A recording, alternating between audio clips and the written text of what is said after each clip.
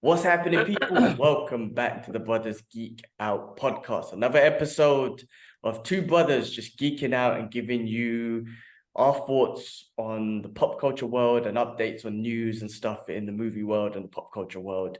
As always, my peoples, if you want to skip straight to the Geek Out news, please check the description. I'm always going to put in when the Geek Out news starts, so you don't have to hear us talking about our lives, real world issues and our thoughts around that and stuff. If you do want to hear it, feel free to stay on and listen. If you don't, go into the description, check out when the Geek Out news starts, click on that, it will take you straight there. And then you can hear all the Geek Out news and our thoughts on everything that's going on. But yeah, on that note, Kibs, how you doing, brother? Yeah, good, man. You know what? I'm just waiting for the Christmas break, man. Work's been busy and I think it's taking over. I want to be able to, next year I need to work smarter, like really smart. I think past couple of nights I've been knocking out really early. I think I've knocked out about 8:30, 9 o'clock. I'm like, my body is just completely shut down, and my mind is as well. I think we've had an extremely busy year, and the past couple of nights, I think, man, I suppose it's time to shut down a little bit, but I don't know how to. Like, this year was so busy. Yeah, and I just shut down. And I think I was a bit like, so I did the MCM Comic Con panel, which went amazing, bro. It was unbelievable. Our first panel. Is there a recording that I can see? I would love to see it. I've got some of the clips that people took and sent to us, but there is a recording. Hopefully we get that soon. Yeah, just wait for MCM to send that out. I know they put that behind the paywall, but they said they'll sort us out. I just want clips from it anyway, but yeah, insane, man. It was really good, bro. And we had fans of the podcast there, which is sick, bro. Tell me, man, like, how was the process? How was you feeling? What was the mentality behind it? What was, was the questions that they were going to ask you, were they told you before, or was it all just freestyle? No, so it was all freestyled. Michael Adji, shout outs to Michael Adji, who was the host. And shout outs to Jessica and Rob as well. They were absolutely amazing, but they made me feel comfortable. They knew I was nervous because the first thing that happened Saturday, our trains got cancelled. Ooh, basic. So we had to jump on the long train, which we were supposed to get there for 11. We got there for 1. Oh, shit. Yeah, so that puts pressure on you already. I did a bit of research. I know a little bit about, characters that suffer mental health. So you just looked into that? Like, so I looked into that, but topics, yeah. But when the questions were asked, you go to the main guys, and Jessica Cruz suffers really bad anxiety, who's a Green Lantern. She witnessed her friends get murdered, so she got this really bad claustrophobia like Storm did in the X-Men. But the main one was Batman, bro. Like, when I spoke about movies, I think Batman Begins doesn't get the love it should, and what Christopher Nolan did on there, because they didn't just show us about Batman's journey. They showed us Bruce Wayne's pain and what he went through. And I really spoke about that. I think because the movie touched me in that sense, because it was more about Bruce Wayne and what he was going through. His undying promise that he, no matter what, he doesn't want anything like that to happen to nobody else, but he doesn't break his own promise and doesn't realize his mind's broken. That's amazing. It's amazing when you're put in a position where you have to think about these things, and then you think of be it a movie or whatever, a character, and then you try to dig in and do a deep dive into that. Yeah. Do you know what I mean? Because and a lot of people wouldn't see it that way, and that's an amazing thing that when you're put in that position, you can kind of decipher. That's cool, man. That's really amazing. How was Comic-Con in general? Did you get a chance to chill around? Because you had a panel, was you able to get like fucking exclusive tickets to go see people and stuff? Like, no. I mean, you know what? The panel before me was Scott Adkins, and I was like, I hope I bump into Scott Adkins, but didn't get the chance to, man. But Birmingham was busy. It's bigger now, bigger than it was before. But great, yeah. I was nervous. But you bite down on it. Like, again, I'm nervous again. We've got a busy day tomorrow. There you go. You got Nia screaming proof of her saying Baba on the podcast. Oh, yeah. Can't wait to squeeze them in 2 weeks, man. She's keeping busy. She's keeping us busy. Do they get nervous, the guys that you were doing with it, or they just natural at it? No, they've done it before, bro, in the past. They're good at public speaking. Like me, my dyslexia and can't pronounce words and the rest of it. It's hard to articulate yourself. I still find it hard to articulate. I can speak to you. We will understand each other. But you know, you try and talk to somebody else and you're like, oh man, I'm not putting my point across like I would like to. Like I have to write it down, bro. Like if I'm gonna say something, I'm gonna write it down. Like, and how long was the panel? How long was the conversation? 45 minutes, bro. Well, that's good because at least you had a bit of a long form conversation, because it's hard to express yourself and put a point across in 20 seconds or a minute. That's just hard. But if you got an opportunity to have a long form conversation to express yourself, then I guess you can get that point across. So that's great that it was that long. Exactly. Look at it turning to hope. No, but yeah, great. Nice to have like a long form. Yeah, it was good. It was a good conversation. Shout outs to Rob, shout outs to Jessica. They're really good. They're really knowledgeable. They bring up, you know, different aspects of that as well. Diversity as well, which was absolutely good as well. And Michael Adji, man, that guy, I've got to say, main stage Adji. And shout out to the guys at Punching Bag. I need to plug Punching Bag because Rob, the director, Michael is the actor. I think they're like 20% on their green lit to get this movie financed. Guys, it was inspired by this podcast. A movie that was inspired by this podcast. They got to show the trailer. They got to put the QR code and get other people to support. And it's like, it's important to me as well. The fact that I could have a conversation with somebody and it could inspire them to do something like that. I'm proud of that. So definitely, guys, check the link below. Greenlit.com, Punching Bag with Alara Nia in the background adding sound effects. It's gonna be a noisy one, guys. Sorry. Nah, she's cool. But yeah, other than that, bro, yeah, it's a busy one. We've got guys, check out the channel as well. We've got trailer reactions, new trailer reactions, and you've got an episode with Luke Bug, the geeker still, who, you know, is the original guy to start this all off and inspire us to do our own thing. So shout outs to him. Check out that episode. Sorry, Baba. Cool. Yeah, check out the channel, guys. Constant content, like Kibs said, trailer reactions, video game stuff. You know, I won't overpopulate with the video game stuff because we do have the Brothers Geekout video game channel, so check that one out. But there will be some sort of footage that we'll put on there, and then trailer reactions and all that sort of stuff. So check out the channel, constant stuff going on there. As always, we're trying to just keep up with the content and just give you our thoughts and our express ourselves on it and whatnot. UFC, fight talk, all that sort of stuff's all there as well. Cool, man. Well, look, from my side, big news, I'm coming home, which is awesome. We booked last minute tickets last week, which I'm super excited about. You know, basically what happened was, like, we tried to look for tickets to come home during this time period, the holiday season, and tickets were over over £1,000.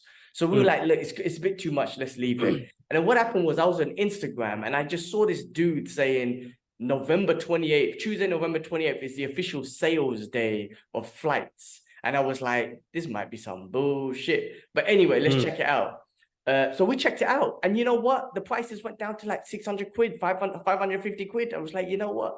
Let's do it. Let's go home. So we booked it. Super excited. Coming home on the 20th of December to the 7th of Jan. I can't wait just to squeeze the little ones. I'll just be at home. I will be working, but it should be quiet.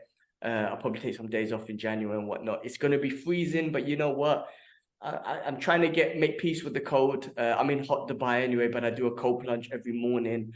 Yeah. So that's exciting. And you know what? This week's been good.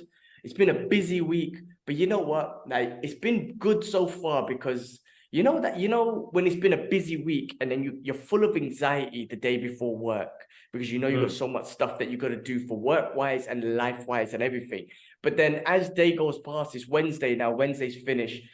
I've been able to tick things off my list, you know, and I'm like, oh, cool. I'm halfway through the week. I've accomplished these goals already. I got to do something tomorrow. I got to put the car in service. And I'm just like, I hope that just goes well with no issues and whatnot.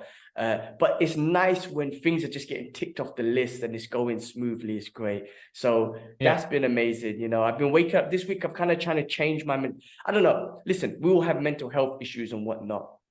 And I'm always trying to find ways to channel my mental health. I never want to use my mental health as an excuse not to do things. No, exactly. I hear some things where people are like, oh, I think it's best for my mental health not to quit my job or to not go to the gym. I'm like, no. No, I know. I'm not going to use that as an excuse. So I'm trying to find ways to manage my mental health, and obviously exercise is my biggest thing. But, I've been doing this all week. I've been trying to go to sleep with positive thoughts, right? Rather than thinking about work and I got all this stuff and life issues and whatnot. It's like, you know what? Things are good. Like, just be blessed for what I have and try to go to sleep on that mind frame. Not easy. But the other thing I've been doing, like the first thing in the morning, as soon as the alarm goes off, I press the alarm, I turn it off, I get out of bed and I say, Alhamdulillah, and I say, let's go get this day. Right? Those are two things I quickly say. Alhamdulillah, guys, means praise to God. Thanks to God for everything. So it's nothing else. But I thanks to God that I woke up. Thanks to God that life's good for me, because for other people it's not. So just alhamdulillah for what you're giving me and whatnot. And then I'm like, let's go get the day. And immediately I get up, wash my face, do prayers, and I get in that cold plunge, man. And look, Dubai is hot, but it is chilly in the morning. And I've been filling up with ice water and I've been filling up with ice cubes and whatnot to keep it cool. And I just get in there and I've been doing 5 minutes of meditation, practicing my breathing in that cold plunge, just get in there. And then I do a little workout, get up, get out. And I'm good. My anxiety is gone. I've accomplished the cold plunge because that hurts. I don't want to do it, but it's like the first thing in the morning, it's like, let's go get this. So I do it. I accomplish that. I feel great. I do the workout. I make my healthy little coffee, which I put all this mushroom extract and turmeric and all this sort of stuff. And then I get out to the day at work. So it's been great. And then I'm that, I've been doing that routine, but I've been saying those two things the first thing I wake up. And tomorrow morning I'm going to do the same because I got a busy day again tomorrow. But it's been feeling good. It's been good, man. I'm just hoping to accomplish the week and then chill on the weekend. I want to try and go watch John Woo's movie Silent Night. Which ain't coming out in the UK, man. Which sucks. I don't know why that's doing that. I mean, it's not out. It's not out in the cinema that I like to go. So I'm gonna have to go to another cinema. I'm just hoping. Actually, I'm only going, honestly, just because of John Woo. Like, honestly, I could wait for this movie, but I'm a fan of John Woo and I want to support him, so I'm gonna go watch it. But hopefully, I could go watch it and then I'll give you guys my review. Yeah. You do your thing, man. Definitely. I'm hoping it comes out in the new year and I can go catch it as well. I really want to see it. I'm obviously a sado, so I follow this Punisher page on Facebook, and they even posted it, and he goes, John Woo's version of the Punisher. I'm like, yes, that's what I'm saying. Like, when I saw the trailer, I was like, this is some Punisher shit. And John Woo, I don't give a shit. John Woo would do a great job at making a Punisher movie, because remember, he's not just a creative action director. His key thing is getting emotions involved. His key thing in every movie is making sure that the main actor, the main character, or just in general, there's emotions, there's feelings, there's traumatic stuff that they go through and how they manage those feelings. Like, don't forget The Killer and Chow Yun-fat. And what he did with that movie, he got an actor to play an action role, and he was able to use this actor to express the emotions of the regrets of his line of work, which means he's a killer, contract killer to kill bad guys. And in that line of work, unfortunately, innocents get in the crossfires. And he's just not a stone cold killer. He goes through a stream of emotions when that happens. You know what I mean? He has to mentally get over that and try to overcome that while he tries to handle his business. So anyway, fucking amazing director. I think he's amazing, and I'm looking forward to watching this movie. But yeah, outside of that, just working out and stuff as usual, just getting in there, and I can't wait to come home in 2 weeks, man. So yeah, that's been my updates, bro. Should we? No, it's good, bro. Should we get into it? Yeah, let's jump into it, bro. Let's go. All right, guys, look, real world issues. First segment. Again, please skip if you don't want to hear this, but free Palestine, free Palestine, free Palestine. I mean, listen, I know there's more stuff going on in the world. I mentioned it before, stuff that's going on in Congo, stuff that's going on in Sudan. All this humanitarian things are going on. It's a shame that they don't get the when I say limelight, I mean the stories are not covered in these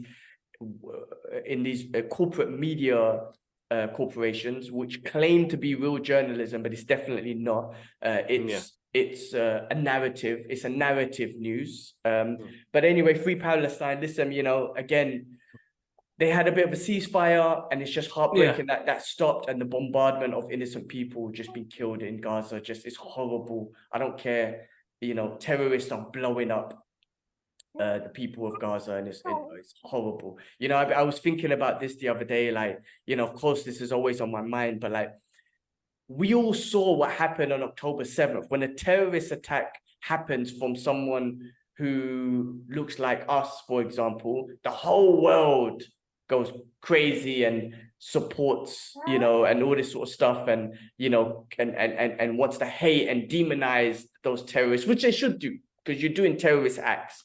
But when it happens to the people that look like us, the innocent people that look like us, the world just stays quiet. You know, the corporate media stays quiet. It's just a disgusting thing. Listen, I'm being straight up honest here. If Muslims did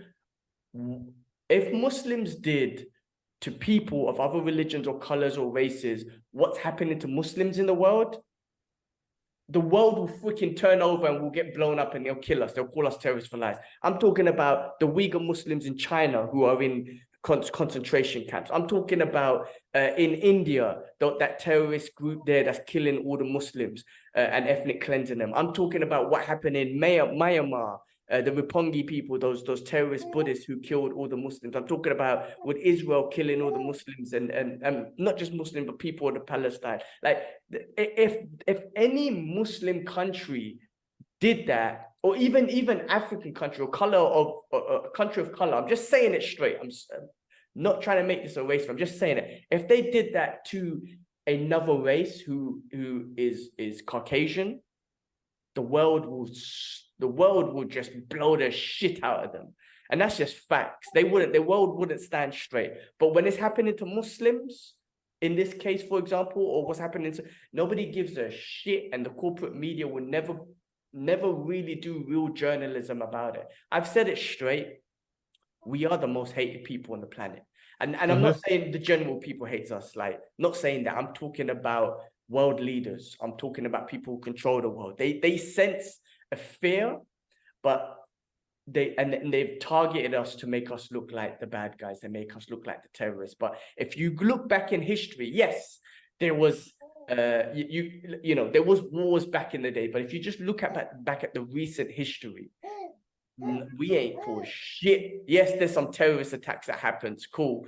Condemn those. Disgusting. But constant terrorist attacks are happening to Muslims and other things, but that's never been, no one gives a shit about. That's the thing, is it's still not normalized to say, you know, a Caucasian person is a terrorist. Yeah. That guy who fucking, it's not normalized. Yeah, there's so many school shootings that happen in the US. They're terrorist attacks. That thing that happened in New Zealand to when that guy went into the mosque and went on Facebook Live and shot up all the Muslims, that was a terrorist. There's so many terrorists. What's happening to Palestine? That's happening by a bunch of terrorists. When you're killing innocent people relentless, it's terrorism. But you know, I was reading Eli Papa's book, and he was saying something about that terrorism. That word came to the Arab nation to demonize them, to only kind of reflect on them. It's all propaganda shit to just say, oh, those people are terrorists. I posted something the other day that brother who was hugging his granddaughter and saying she's my soul of my soul, right? There was a beautiful post that was put on of his face, and he goes, you know what? Billions of dollars from corporate media, from movies, from industries have demonized this face to make it look like a terrorist. But in one post where unfortunately this brother lost his granddaughter, he changed that narrative. He changed that narrative.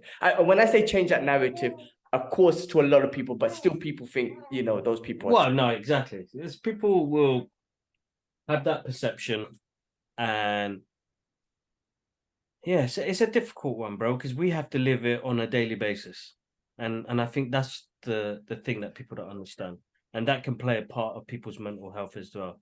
Is that as soon as something like that happens, I'm the one they look at first. I'm the one that they see. When I walk into the office, when I walk in the street, when I walk on a train, when I walk on a bus, that's the first thing somebody's gonna say. And that's subliminal, bro, because of how Western media is, you know. And I can be in a crowd, and nobody would think that, you know, but I still have that doubt in the back of my head. Yeah, I mean, that's how bad it Or is. something. That's Yeah, how that's what I'm bad it saying. is. Somebody Even here. we think about it ourselves. Like, oh shit, am I being looked at? So, oh wait, if I defend the people of Palestine, am I going to look like as a terrorist? Like, all this is putting in my head as well, and I'm like, fuck, like they've done it to me too. Yeah, it's a shame that it's come to a point where it's like that, bro, because that's what we suffer on a daily basis, and that's hard enough.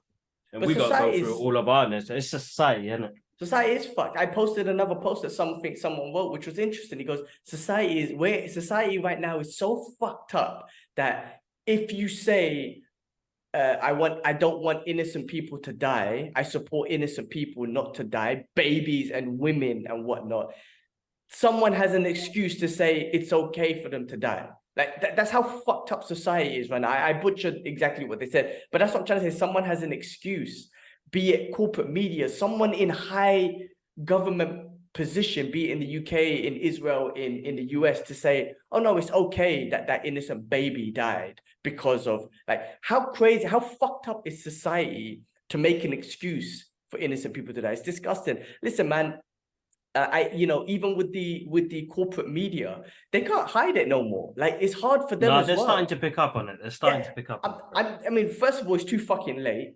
but at least they're doing it. But second of all, I just think they don't have no choice, because the social media and the internet, thank God for them, is showing the real stuff out there. The New York Times posted something about, bro, Israel knew about the attack. The New York Times posted this. I'm not making this up. Israel knew about exactly what they were going to do. Exactly the operation like a year ago. Nothing happened. They didn't. They ignored it. And again, it's a lot of stuff going on with the current president there, who is losing his respect. There is a right-wing dude, and I think he's trying to use this to buy more time to be in a political leader and shit. He's a fucking terrorist. I'm saying it straight. Not just that, I saw a CNN thing where he questioned someone else, a high official in Israel, and saying, who was talking about innocent people dying again. And they keep blaming Hamas, and they keep saying, oh, Israel does everything they can to not kill innocent people. And even the CNN guy was like, it's hard to believe, because one of our colleagues just lost 9 people who are babies and women. They got nothing to do with Hamas and all this. So even they're saying that, you know what I mean? And I'm like, with the mainstream, even the Wall Street Journal, who I work for, they even had an article saying something about, does the Western world have double standards when it came to Ukraine and Gaza? It's like, fuck yeah, they do. I'm glad you're writing something like that. But they're doing a little bit of things. They're not really emphasizing on every bit of the story. Like, they're not emphasizing on the terrorist attack that's happening daily on Palestinians right now. Like, because this is not about Hamas anymore. This is gone beyond revenge. This is, I want to kill you all and steal your land. Straight up. Like, that is, I mean, with actions, with their actions, I just don't see what else is there. You know what I mean? If you wanted revenge, you got enough revenge. But to constantly just keep killing women and children and babies. Bro, I think they're starting to see the narrative now of, this is a takeover. That's it. And they've been finding a way to do it. And and this is just me saying my thoughts. They knew about the attack. They wanted to do it because it gives them the right excuse to just jump in. Go do it. Exactly. But if you knew it, why wouldn't you prevent it? But they'd let it happen anyway, bro. And all the fake news, like, listen, this is all coming out now. This is all coming out, as in, like, I'm not making this shit up. It's not a conspiracy. It's coming out now that a lot of things that they reported on October 7th was fake. All the 40 babies that died and decapitated, that was fake. The women being raped and set on fire, fake news. A lot of the people that died at the concert, I'm not saying that Hamas didn't kill people, but Hamas did try to attack military bases. Of course, they killed some innocents, which is horrible. But a lot of people that were killed on the concert that was happening was killed by Israelis, because they were fucking panicking. The IDF were panicking and just started blowing up anyone and everyone. This is not me making shit up. This has come out on not just the news that I listen to, it came out on Western corporate media, guys. So check it out. It's not just me making up shit. Check out your Western corporate media too, because they're even saying it too. It's even on Israeli newspapers and publications who are now getting their own publications. This is how bad it is. Like their own publications are posting this sort of stuff and saying it, because I don't even know why they do that, but they're getting censored as well. They're brave to do it in their own freaking country, but they're getting censored as well. So, you know, it just breaks my heart that all this shit is coming out. And again, the corporate media, the people who are saying shit. I'm listening to Joe Rogan's podcast, who I love Joe Rogan, but I don't agree with him on this one. He's getting all these people who are Zionists that saying all this shit. And I'm like, well, okay, well, all the news has come out now. Why don't you get these people back in and be like, well, what do you want to say now? Like, this is all fake. Like, you know what I mean? Like, so, you know, like the corporate media is not coming back. But remember, bro, there's an agenda to this. There's always an agenda. That's why Pierce is on it. That's why everybody's on it. Because, and the sad thing about it is views and money, bro. Yeah, of course. Some people, bro. Views, listens, downloads, money, bro. And that's the greed part of it. And that's the reality of, you know, people on the other side. If they really cared, and that's the hard part, you know, you could donate money, you could go over there and you could do what you can, you could spread the message out there. But people, there's always an angle to something, bro. The reality we live in, there's always an angle to something. There's a motive to something. There's nobody does anything out of the kindness of their hearts, bro. And not people at that status. And maybe some of them are good, you know. Maybe some of them are bad, you know. But look what happened to the comedian, the Egyptian comedian. Think about it. He got more famous now and he's getting more gigs now than he did before. And maybe he didn't want it in that way where he was going to get that type of fame in the process to be known more in the Western world as well and give him more opportunity. And there's nothing wrong with that. I'm not saying that, but there's always a motive. There's another thing. He maybe have not known that that was going to blow up the way it did. No, I don't think he did. Till then, I didn't know. You know what I mean? Yeah. But then you've got these other creators, like, we have a responsibility, and that's what I said that day.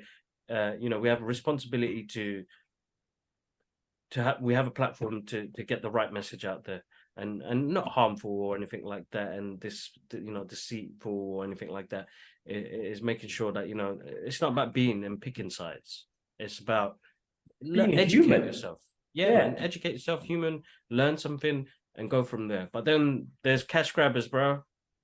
There always will be. If we were cash grabbers, it's going to be different, you know. I would have said, bro, let's put some marketing behind this. Let's put, you know, we don't need to, because we just do it because we love it. But we want to get the right message out there as well. And we don't want to offend anybody in the process as well, because I've probably done that in the past, but it's not, you know, these are my views, my points, our views. You'll have different things to it, but we know what's happening right now is not right. Yeah, but listen, you say there's cash grabbers, and that's true. Like people like Piers Morgan and all that sort of those Western corporate medias are benefiting from the cash grabbers, right? They are like, fuck it, man, let's get pro-Palestine people on, because that's getting tons of views and they're gonna get loads of views and loads of money. But a lot of people who are speaking out for Palestine, and again, I'm gonna go with what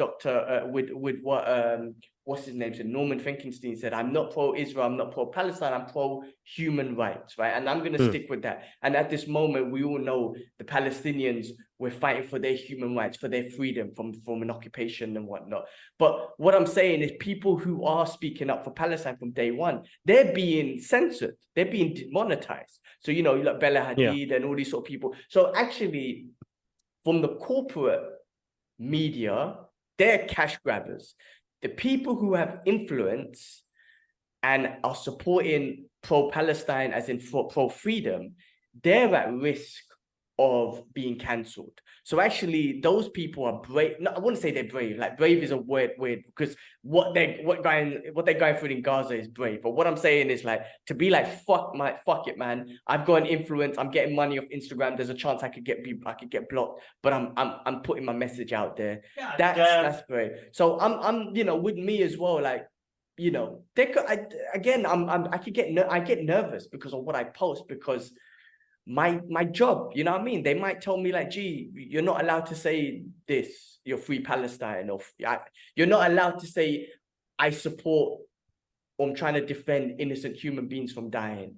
So you're gonna get fired. You know what I mean? That's how messed up the world is right now. There's a possibility that people will get losing their jobs because they're sticking up for human rights and whatnot, which is disgusting. If I was, or anyone says death to Israel, death to all the Jews, then yes, that's a horrible thing to say, and you should not be saying that. And you know what? You deserve to think, and not just death to anyone. If you're promoting death and whatnot, but like I said, on it only from the. I mean, I'm sure there's a people from the. Again, it's crazy to put sides, but I'm sure there's people from the pro-Palestine side who are saying that, which is disgusting. Apparently, it's in Hamas's. Forget Hamas, forget those political leaders and whatnot, but just general people are saying that's disgusting. But there's people saying it from the other side. And the crazy thing is, people keep on saying it's in Hamas's charter. Yeah, fuck knows why it's in there. And why did whatever. But high-end officials in Israel are talking about genocide and talking about they're not humans, and they're talking about the president and whatever's calling them the people of Palestine. What did he call them? There was a biblical term that he used. Man, I forgot, man. Anak or something like that. I can't remember where it says they have the right to kill them. Men, women, and children and babies and whatnot. So they're doing it from high-end people as well. And then, like I said, some of the people who I loved, and I guess I appreciate some of their content, like James Wood saying, kill them all, bury them all, no ceasefire. I'm like, man, what the hell? Like I said, I think it's disgusting. We're in a world today where it's like it's okay to kill innocent babies and women, because if they were killing just Hamas, who would give a shit? You think we'll be talking about it? Do you think the world will be protesting? They would be like, well, fuck them. Like, we don't care about them. But you're killing innocent babies and children and women and humans and people and men, and just killing innocent people. You're doing a genocide on innocent people. That's why the world has turned over. If it was just Hamas, you think we'll give a shit? You know what I mean? Nobody will give a shit. Like, this will be done. Nobody will be talking about it. But the fact that you're killing innocent people, it affects people, man. It's a human being. It affects us. And like I said, they look like us a little bit. They have the same religion. I mean, again, there's Christians and whatnot there as well. But they look like us, bro. They look like us. It's fucked up. You know what I'm trying to say? Like, I have to, I mean, I don't want to just see it that way, because my heart went out for, the people who did die on October 7th. I was like, fuck, that's horrible. My heart goes out for the people in Ukraine, and even in Russia, the innocent people, the war that's going on there, the innocent people there that's going through shit. Like, I'm like, that's horrible. Like, what the fuck, man? What's going on?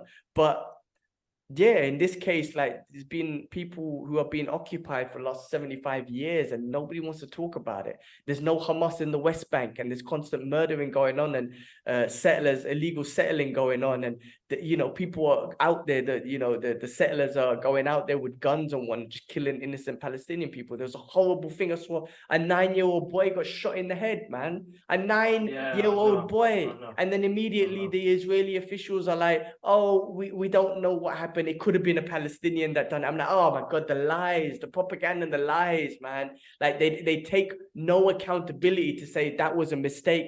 Whoever did that's going to get in trouble, or whatever it is, or is going to be put in prison. No, man, they just kind of cover it up, and they lied so many times, like, and for the propaganda out there, and the people just constantly believe it, and the mainstream media don't post. Bro, I mean, like I said, the world turned around on October 7th, but if right now an Israeli 9-year-old boy got killed, man, we'll be like, what the fuck, man? Like, how could you do that? Like, that's disgusting. Why would you just target a 9-year-old boy, right? And then the Western media will pull it all over. The corporate media will pull it all over. Hamas just killed a 9-year-old boy, which they should do, because it's disgusting. But when Israel kills a 9-year-old Palestinian boy, it's fucking silent.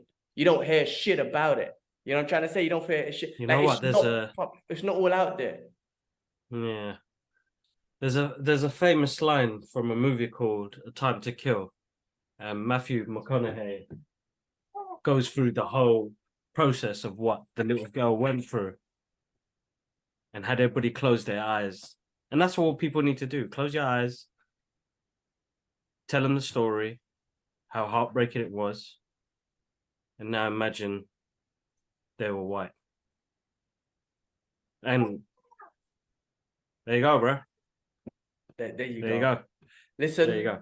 we'll end that segment there. We're going to be talking about it for a while. I'm not going to stop talking about Palestine and the freedom of those people. No, will I. And the freedom of any human beings. Like I say, we still got to mention Congo and Sudan, and I know there's more things going on in the world, but there's a genocide going on there as well, which is it's just heartbreaking. But they're getting no coverage or not. We need to support them. Donate, guys, wherever you can. £5, £10, £20, whatever it is, man. Donate where you can. They need the money more we do. But cool. We'll leave it on that segment. Check out our Instagram pages. They've got the links on there, guys. So go donate. Cool. All right. Next segment. Things we watched.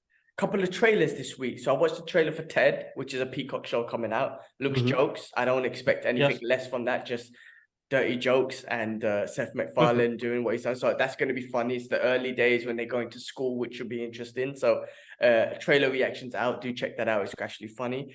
There was a trailer for Fallout, which was a video game. Yes, that's right. Yeah. That looked good. I watched that. I enjoyed that. I didn't have the time to do any reactions, guys, but check out the channel. Gilman's covered most of them. But bro, Fallout looks sick. I really enjoyed that trailer. Yeah. I'm not familiar with the game. I haven't played it, but it looks pretty good. There was a trailer for The Boys season 4. I can't wait for that. Yeah. I've said it on the trailer. I am more excited for this universe than the MCU and DCU and any other universe right now. I love these characters. I want to see more of these characters. They've taken my interest from. I'm still watching the MCU and DCU and all that stuff, but that's the one universe I'm more excited for. And we'll get into more news on that later. Furiosa, a Mad Max story trailer came out. That looks sick, bro. That looks awesome. As I said, what Mad Max Fury Road is one of my favorite films in the past 20 years. Yeah. Just because of the way it makes me feel when I watch it like that. I saw it like 5 times in the cinema. Like, it is absolutely full on. And George Miller coming back doing this is awesome. Guys, apologies for Nia's making noise. It could be quite a loud podcast, but yeah, bro. I can't hear her. Absolutely. She's cool. We can't hear her too much. All right. Okay. Yeah, trailer looked awesome. I love the intent. I loved the intensity of the Fury Road. I want the same intensity. I mean, it's a not simple story, but when I say simple story, I'm saying simple in the sense of like it was a chase movie, but it was so intense. Yeah. And the creativeness behind the characters, just the characters, man. Like, you know what I mean? The different groups and the way they acted and whatnot was just impressive. The visuals of those characters and gangs and whatnot. So I want this to have the same sort of intensity. I guess that's what I'm looking for. It will, bro. You know what I mean? You don't want to have a boring Mad Max movie, man. You want some intensity with the music and the drums playing and all that shit. Yeah. Fucking awesome. And then the other trailer was Godzilla vs. Kong, or Godzilla X Kong. But that looks sick. Bro, listen. I enjoy these movies. They're just fun. Nothing to really think. And I really want them to express the heroes of Godzilla and Kong, right? And I just want to see, just them teaming up, tag teaming, beating the shit out of whatever the enemy is. So that's my take on that. I really want to just see that. I don't give a shit about any humans or whatnot. Give me 20 minutes of humans and then just give it to the King Kong and Godzilla and let them fuck shit up. I want to see some tag team shit, man. I was laughing not laughing, but I was making a comment at the end, like Godzilla was running as fast as they had a moment where Godzilla and Kong was running together, like an Avengers Infinity War trailer moment. Right, looks sick. He had a gauntlet on as well. Don't watch that, bro. Well, the thing is, I was like, wow, Godzilla's running fast, man, because King Kong's agile and he can run fast. Godzilla was keeping up. He was in lead. I was like, wow, my guy got some cardio and agility in him, bro. Based on his training. He's based low on gravity because of his big bellies and his tail, bro. Yeah, bro. And just on it, bro. I'm excited about that movie because I just want to have fun. I enjoyed the other one. I just hope they just give us more action. That's all I want to see, really. I don't really care about story. The other thing I watched, I finished off Twisted Metal. They obviously teed it up for season 2. It was enjoyable. 30-minute episode. Yeah. Anthony Mackie's awesome in it. I'm not familiar with the game, but the characters were cool. The story was easy to follow. It had jokes. It was very violent, as these shows are these days, and it was just entertaining. Like 30-minute easy watches to get you to where it is, and just to kind of understand Anthony Mackie's character and what he's trying to achieve here throughout the show, and the obstacles within it. Again, it's just some kind of Mad Max. It is really kind of like another Mad Max nuclear war sort of thing that's happened. So another great show, a show that I recommend, put it that way. That's everything I watched. What have you watched? Anything else outside of that? No, I'm watching Planet Earth 3. David or Richard Attenborough?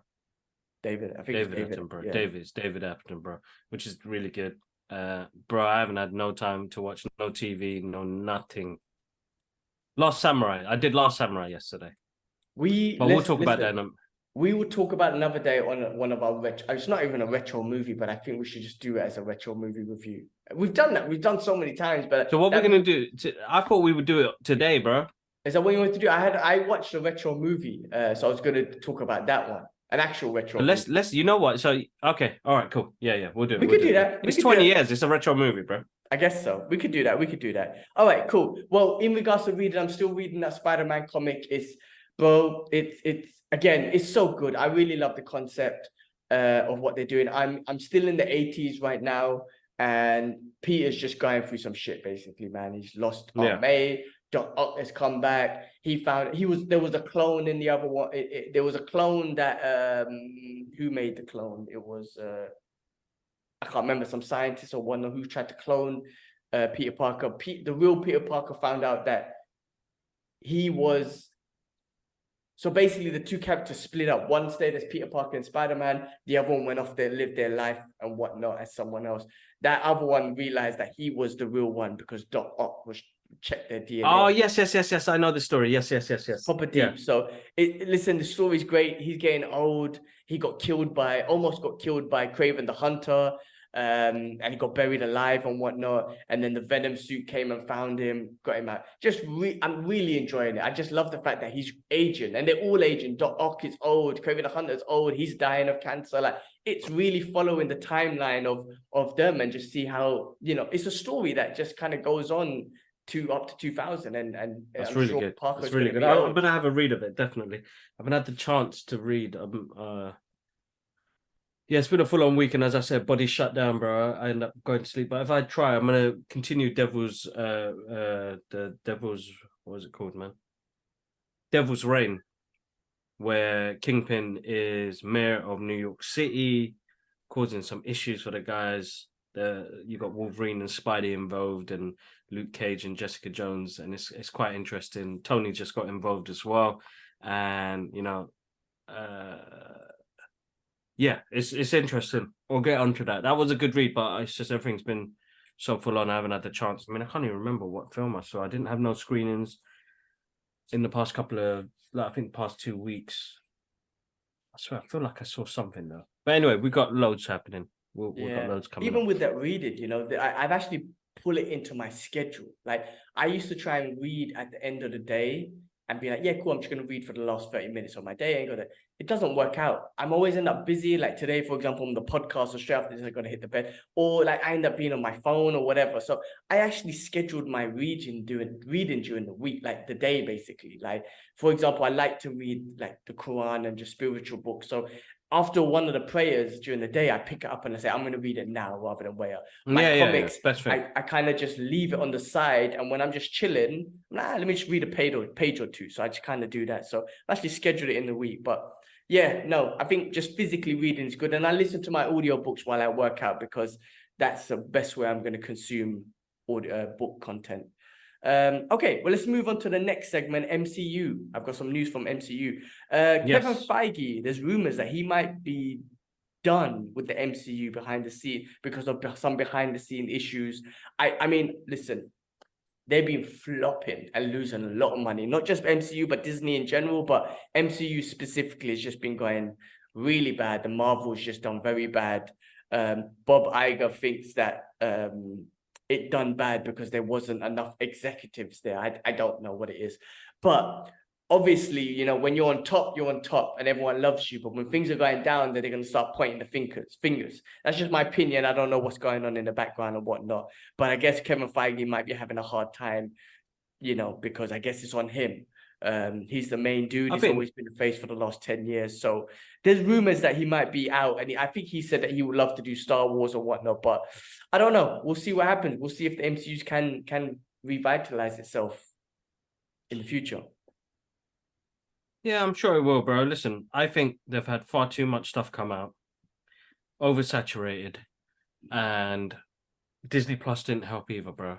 And I said that before to somebody else, that the fact that Disney Plus is there and people know the movie's gonna be there in 2-3 months, forget the cinema, bro. When I'm already paying, how much was it? £7-8. First year was 50, second year was 70, then it went up to 80.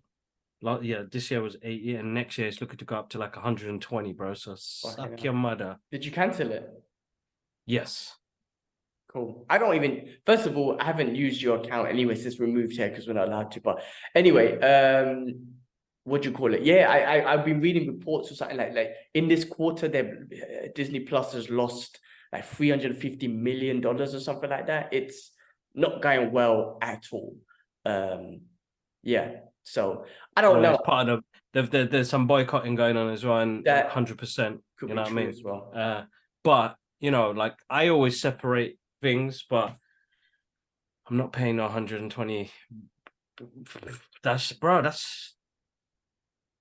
why is everybody trying to charge for these extortionate prices, knowing people are struggling? Anyway, that's just me. Anyway, guys, that's me. I'll still watch it. Oh yeah, because I'm a fan of it, but I will find other ways and other means. I think I can be patient. We have lost patience as human beings because everything is now. I think if you just try to apply a bit of patience, you can wait a couple of weeks, a day, a month, whatever, and then it will just come it doesn't matter. It'll come up. You know what I mean? It's Ryan Reynolds just put up a post because people have been leaking fucking Deadpool 3, like, properly. Yeah. And I was like, you know, I've started following accounts now because all they do is just spoil the shit. Yeah. I unfollow accounts because they're just spoiling everything. And like, yes, I can see the excitement in it, but it's like, oh, come on, man. And Ryan Reynolds was like, listen, it's not first world problems. There's other issues, but like, I love making movies. Let's not ruin it for other people. Let's just wait till it gets to a point where we can promote it and enjoy it. But it seems like it's getting spoiled everywhere, bro. It's pissing me off because they done the same shit with Doctor Strange, and it just fucked up my expectations in that movie for me. But this movie hasn't even finished making. People are spoiling shit from when they're filming the movie. Like they're spoiling shit from that. I'm like, fuck, you know, like I don't want to see it, and I'm just like, why? Why are you saying, oh, they recorded this scene with so and so in it? It's like, fuck, man, like. I don't know. That's really annoying. I find that very annoying. Yes, I'm very excited about what they're gonna do. Please stop killing my moistness. And the thing is, I'm not even followed, but I unfollowed bare Marvel shit. And I'm trying to not click on it because I don't want the shit to fall into my algorithm, right? And it's still just popping up out of everywhere. So listen, man, I agree with that. But sticking on the Marvel news. The second series of Hawkeye is in initial development at Marvel Studios. So, you know, we're going to hopefully we still see more of Hawkeye. What's his name? What's his name again? Jeremy Reynolds. Obviously, he had that horrific accident and he's getting back on track. So good to see him getting back on track. And I hope he gets full mobility of his body and whatnot. And it'd be great to see him come back and whatnot. I'm sure he's going to be old in this and everything, but it's going to be more focused on Kate Bishop. But bro, I like Jeremy Reynolds' whole Hawkeye. I'm actually like, I would like to see more of him, put it that way. And remember, he was expressing a lot of the mental health and trauma he was going through with what happened with Natasha Romanoff and whatnot, and how she died. So, you know, it'd be great to see how he's moved on with his family and stuff. And I still want to see more of the original Avengers. I'm not gonna lie. Okay, here's another rumor possibly, but Norman Reedus, the guy from Walking Dead, is set to portray Ghost Rider in Mahershala Ali's Blade in 2000. It's coming out in 2025. So this movie's been on hold and losing directors and writers and all this sort of stuff. If they put Ghost Rider in there, it'll be absolutely amazing. Don't get me wrong, but give us Blade first, right? When let's focus on Blade. You don't need to pack up the movie. Yeah, just give us Blade. Yeah, don't need to pack it up and shit. I'm happy with just the one character, and I think that's what they need to start focusing on. Just give me the one character movies, man. I'm good with that. Make us love the character. Make us fall in love with the character. We don't need no extras. And Kevin Feige or anybody from like Marvel, anybody who listens to the podcast, Disney, come on, bro. We don't need it. We do not need it. If they do it right, if they do it right. Black Panther, when he showed up in Civil War, you're like, holy shit, because they done that right, and then they gave us this movie. So if they do it right, cool. But if you don't do it right, then you lose. Definitely. So I'm all up for it, but just do it right. All right, let's go. Amazon's Spider-Man Noir series just got the Punisher writer and showrunner Stephen Lightfoot. So I don't know how dark. I mean, I love what he done with Punisher. Obviously, it's going to be different stories and whatnot, but this is not going to be, Peter Parker is not going to be the main character. This is going to be a whole separate thing, universe, but I'm looking forward to that, so that should be cool. Cool, that's it for the Marvel news. On to the next segment, DCU. Only thing I've got here is Blue Beetle might have performed poorly at the box office, but it's making a killing at the streaming platforms. And according to Whip Media streaming charts, the DC flick landed the number one spot on streaming movies among US consumers. It was released on Max last week and has been doing great since then. A win for the film. I think that relates back to what you were saying earlier. Like, people are just waiting for streaming platforms. Why am I going to go cinema if I can just watch it a month or 2 or 3 months later, comfort of my home? So I think this might relate to that. Like, if it's doing so well on streaming platforms and so bad in the box office,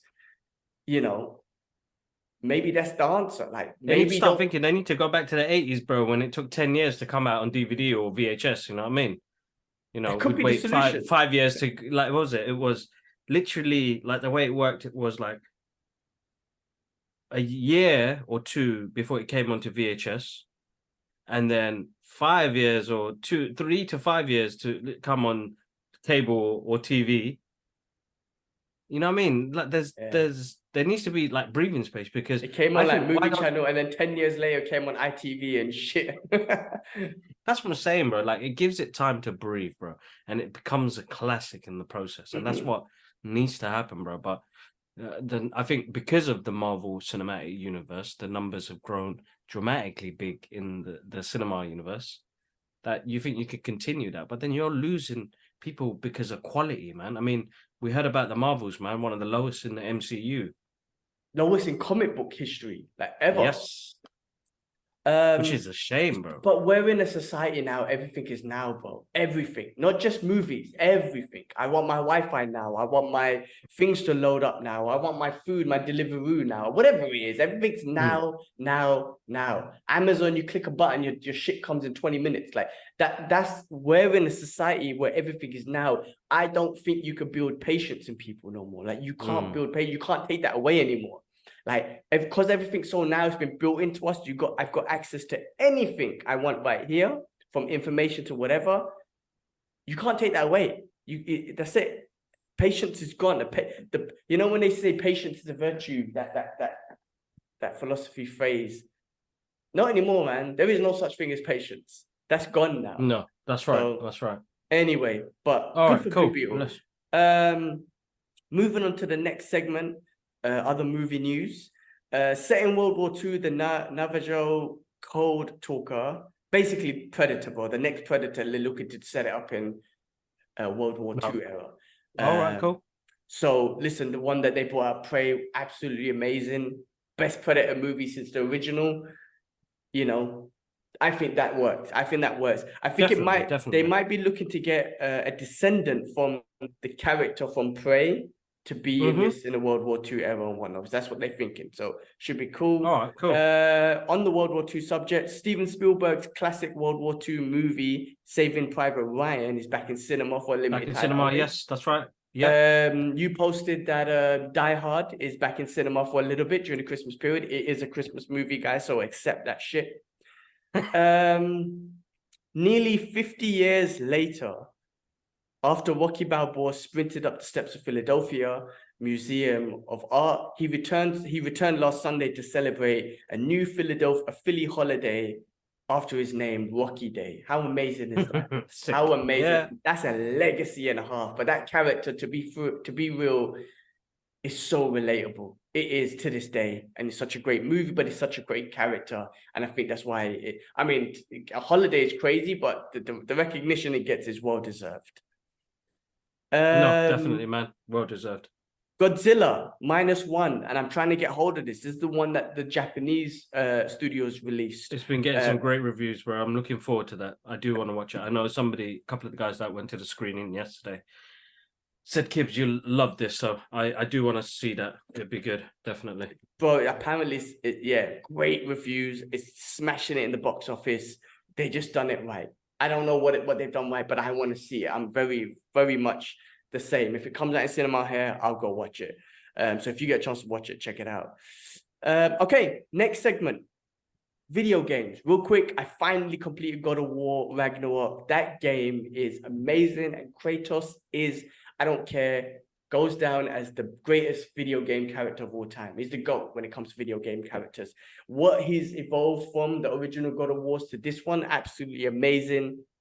Check out the video, the Brothers Geekout gaming channel. Clips are up there. His fight with Thor, Odin, bro, the Ragnarok war, amazing, bro. And the way he was trying to avoid the war. These characters changed so much. The way that, listen, spoilers alert if you haven't played it, but people most probably have. The way he made peace with Thor, or just avoid killing him in previous God of War games when he's fighting Zeus and whatnot and killing them, it is brutal the way he kills them. But in this one, when he was fighting Thor and whatnot, rather than killing them, he's changed as a human. It's like, we need to do, he says a beautiful line, that we need to be better for her children. I was like, oh, this guy, I love this fucking guy. So God of War, amazing game. Fucking amazing. The other thing that came out in the video game world was GTA 6. Finally, Rockstar released a trailer. It's one of the most anticipated games, one of the best games, a very evolutionary game that involved video game violence and shit and criminal stuff and whatnot from the original ones to this one. It looks crazy with the new graphics and everything. I think they're looking to go back to Vice City. That's what it looks like. But I'm hearing some crazy things that they're doing with this game. Like you can actually age in the game and stuff like that. So coming out in 2025, so such a long time away. But GTA 6, they released a thing. I'll try and do a trailer reaction if I can. Cool. All right, we're finishing off with retro movie review. So what do you want to do, bro? I had my cousin Vinny on. Let's do our cousin Vinny. All right, cool. And we could talk about Last Samurai. You know, there's other movies, Tango and Cash and whatnot, that's on the list. But let's do my cousin Vinny, because I watched that the other day. 1992, Joe Pesci, an absolute classic. And what I loved about it, and it felt so like weird probably back then. He was this Italian dude from Brooklyn coming into the South, and it almost looked like he was almost like a foreigner in regards to the way he talked, the way he acts, the way he dressed, his persona, everything about it. He was like a foreigner, but he's in America. He's in America still. But just, you know, it was just Joe Pesci, because at that time he was making Casino and Goodfellas and whatnot, and he was that violent guy in those movies, and you're like, this guy's scary. But then here he comes as a lawyer, but in a sort of comedy movie, and it was just absolutely jokes, absolutely like hilarious in that movie. And it's just the way he acted was like, he did look like he was one of the characters out of Goodfellas, but with a bit of humor behind him and being a lawyer in some way. So it's got Ralph, quite a good guy in it. Ralph Macchiano. It's got Aunt May in it. I don't know the names. What's her name? Maria. It's gone off my head now. But listen, great cast, great movie. She's a dime piece in that one, boy. I ain't lying, bro. She's fine in that. She's fine now anyway, but I'm saying it back then, boy, she was fine. Great movie, man. Now, listen, bro, a great comedic timing in that film. Even the judge cracked me up. He's like, would you like wear a suit when you come here? Yeah. Like he was looking at joke, bro. And then with the suit he wore after was jokes, bro. That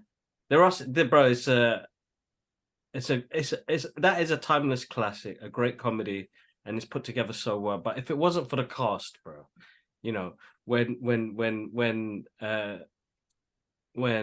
Vinny tells Ralph, like, you know, what's going to happen and how it's going to happen, and you can see it in Ralph's face, you're like, oh man, I don't even know why we got this guy. And you know, the other friend, he was like, why you got this guy for? He's loose, man.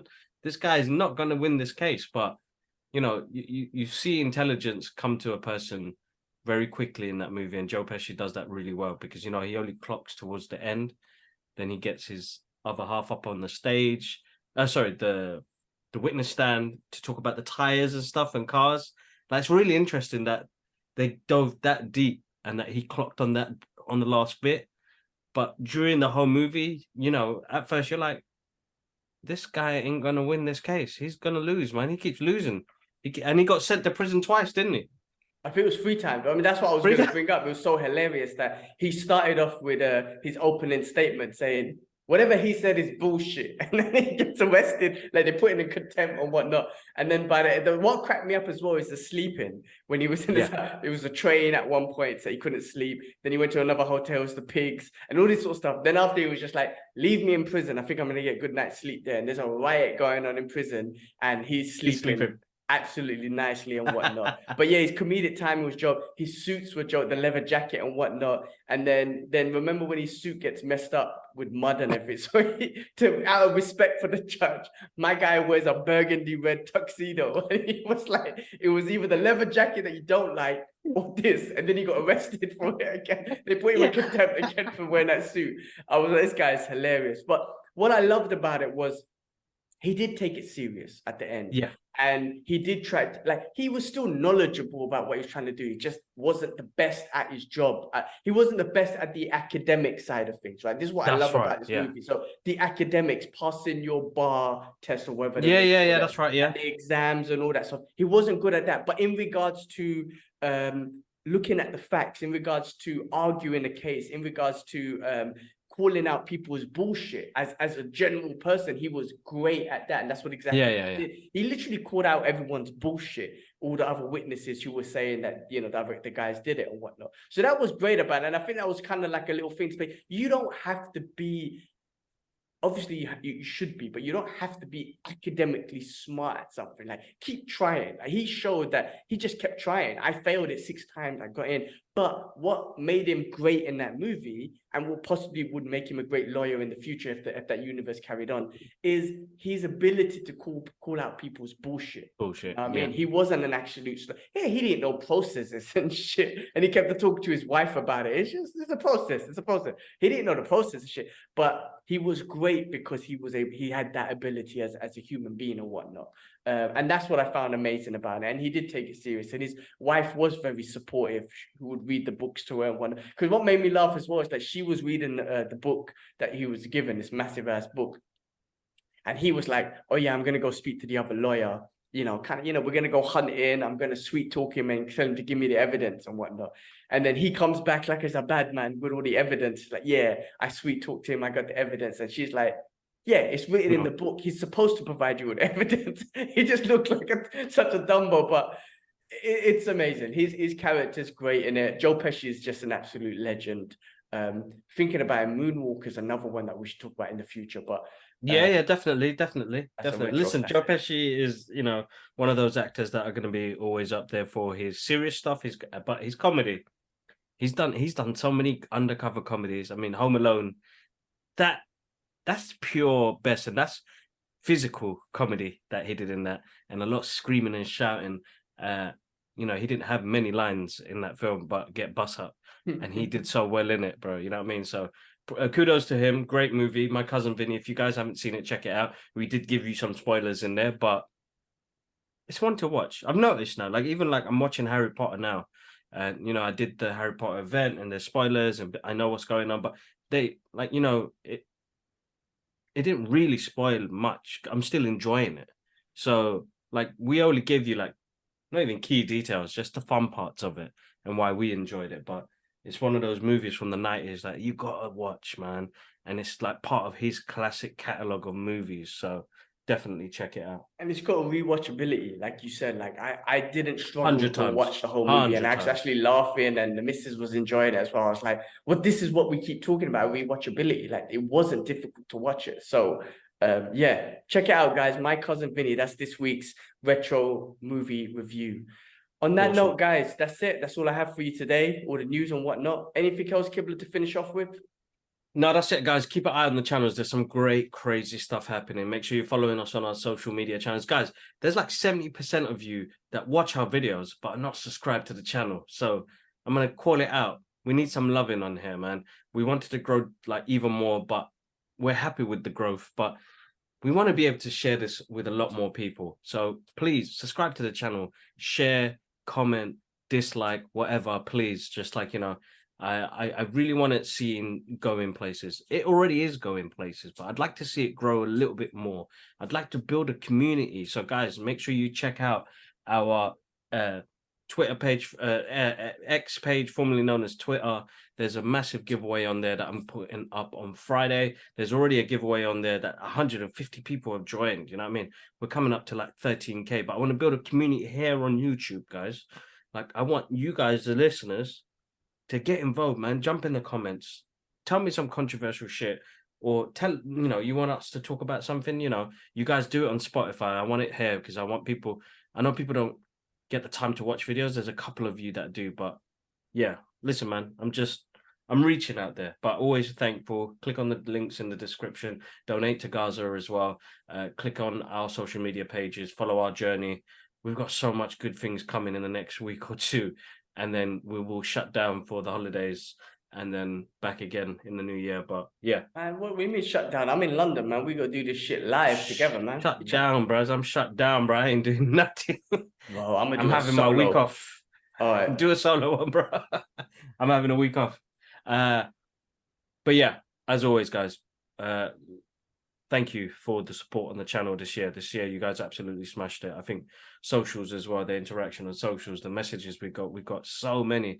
And thank you to the people that came to the MCM Comic Con in Birmingham, who are listeners of the podcast. You guys are absolutely amazing. Thank you for the love. Thank you for listening. Thank you for joining us on our journey. I'm glad we could inspire you to start your own journeys. That's the main thing. Cool. All right, bro. On that note, we out, guys. Peace. Peace.